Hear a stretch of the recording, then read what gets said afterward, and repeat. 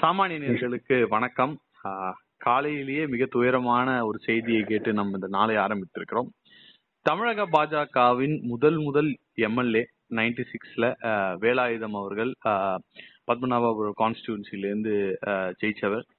அவர் இன்று நம்மளுடன் இல்லை. இன்ஃபேக்ட் எண்மண் மக்கள் பயணத்திலையும் கன்னியாகுமரியில் நடந்த கடைசி மேடையிலும் கூட அண்ணாமலை அவர்களை மேடை ஏற்றி கௌரவப்படுத்தினார். இந்த விஷயத்தை பத்தி பேசுவதற்கு நம்மளுடன் எஸ்ஆர் சேகர் சார் அவர்கள் இணைந்திருக்கிறார். சார் வணக்கம். சார் வணக்கம் நாகராஜ். நீங்கள் சொன்ன மாதிரி ஒரு துயரமான நாள், துக்கமான நாள், மனம் வருந்துகின்ற நாள். அன்பு நண்பர், என்னுடைய மூத்த சகோதரர் திரு வேலாயுதம் அவர்கள் இன்று நம்முடன் இல்லை. மண்ணில் பிறந்தார்கள், வளர்ந்தார்கள், வாழ்ந்தார்கள், மறைந்தார்கள் என்கின்ற தத்துவம் தான் தொடர்கிறது. இதிலே ஒரு சிலர், வெகு சிலர் மட்டுமே வித்தியாசமாக இருக்கிறார்கள். அந்த வகையில் பாஜக மற்றும் RSS குடும்பத்தைச் சேர்ந்தவர்கள் நாட்டுக்காக, மண்ணுக்காக, மக்களுக்காகவே வாழ்க்கையை வாழ்கிறார்கள். அது அவர்களுக்கு மனதிலே தீட்டப்பட்ட பாடம், செயலிலே புகுத்தப்பட்ட வேதம். அவர்களிலே வேலாயுதம் மாறுபட்டவர் அல்ல, அந்த குடும்பத்தில் இணைந்தவர்.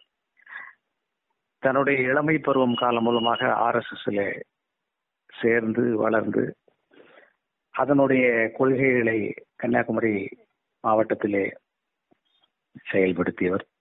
அதற்கு பிறகு பாஜகவின் சார்பிலே எம்எல்ஏவாக தேர்ந்தெடுக்கப்பட்டு அப்போது முதலமைச்சராக கலைஞர் கருணாநிதி அவர்கள் இருந்தார்கள். அவருடைய காலத்திலே அவருக்கு மிக நெருக்கமாக இருந்தார்கள். சித்தாந்தங்கள் வேறுபட்டால் கூட நட்பு என்பது செயலின் அடிப்படையிலே, மனதின் அடிப்படையிலே வருவது என்பது போல தன்னுடைய எம்எல்ஏ பொறுப்பை அரசாங்கத்தினுடைய ஒத்துழைப்போடு மிகச் சிறப்பாக கன்னியாகுமரி மக்களுக்கு செய்து காட்டினார்கள்.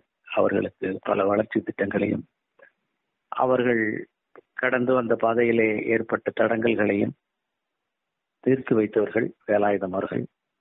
இப்போது கூட எம்எல்ஏ பொறுப்பு முடிந்த பிறகு பிஜேபியிலே கடுமையாக வேலை செய்த அந்த பகுதியிலே கட்சியை சிறப்பாக வளர்த்தவர்.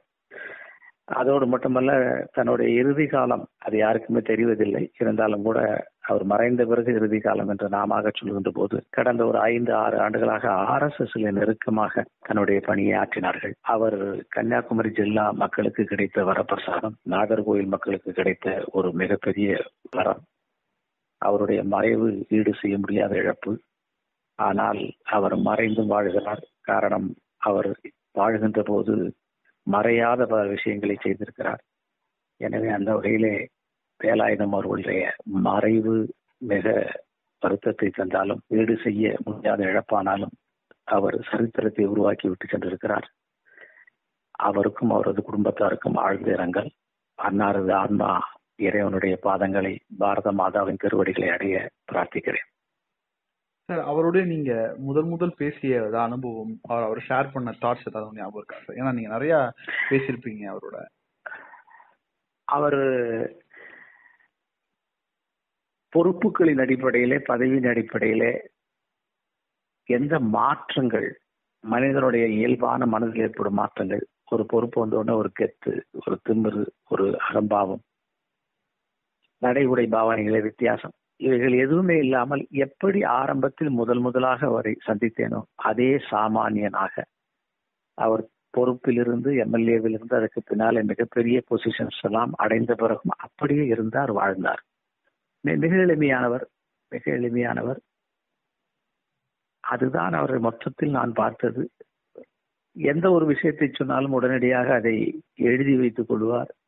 அதை சம்பந்தப்பட்டவருடன் பேசி அதற்கான நிவாரணம் கிடைத்தவுடன் நம்மை கூப்பிட்டு சொல்லுவார். கேட்டோம், அதோடு மறந்தோம் என்றில்லாமல் கேட்டதை எழுதி, எழுதியதை செய்ததை சம்பந்தப்பட்டவரிடம் சொல்லுகின்ற ஒரு மனப்பாங்கு, அது RSS கற்றுக் கொடுத்த பாடம். அதை அவர் செய்தார் என்பது அவருடைய மிகச்சிறந்த நினைவுக்குரிய சிறப்பு. ஓகே சார், இந்த நேரத்தில் நீங்கள் பங்கேற்றதுக்கு ரொம்ப நன்றி சார். Thank you very much. நன்றி நாகராஜ்.